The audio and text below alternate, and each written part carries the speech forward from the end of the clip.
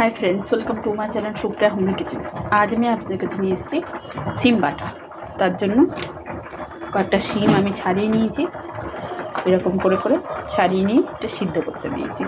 তো সিদ্ধ করে ফিরছি। তো দেখুন বন্ধুরা, সিমটা সিদ্ধ হয়ে গেছে। এবার আমি তুলে নেব, ছেঁকে নিয়ে ফিরছি। তো দেখুন বন্ধুরা, কড়াই বসিয়ে দিয়েছি। কড়াইতে আমি সরষের তেল দেবো, বেশ খানিকটা সরষের তেল দিলাম, মানে 2 চামচের মতো আর কি। কালো জিরে দিলাম, দুটো শুকনো লঙ্কা দিলাম, একটা রসুনের কোয়া,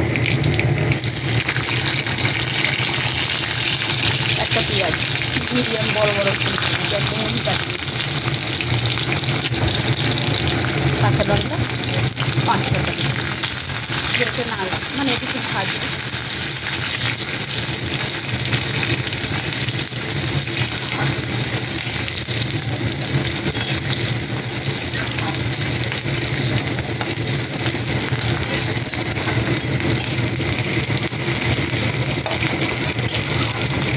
তো এটা একটু ভালো করে হালকা ব্রাউন কালার করে ফিরছি।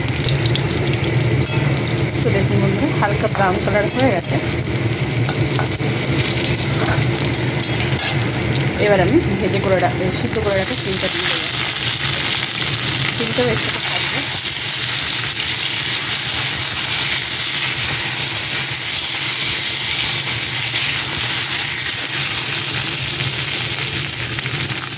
স্বাদ মতো দিয়ে দিলাম। গ্যাসের ফ্লেমটা আস্তে করে দিলাম।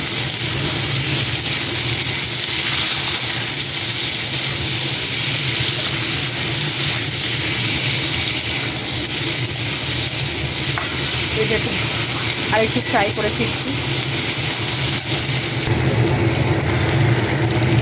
স্বাদ মতো একটু চিনি দিয়ে দিলাম।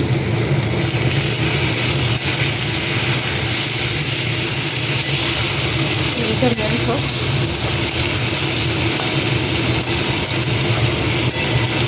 ততক্ষণে আমি ধনে পাতাটা বেছে নিই।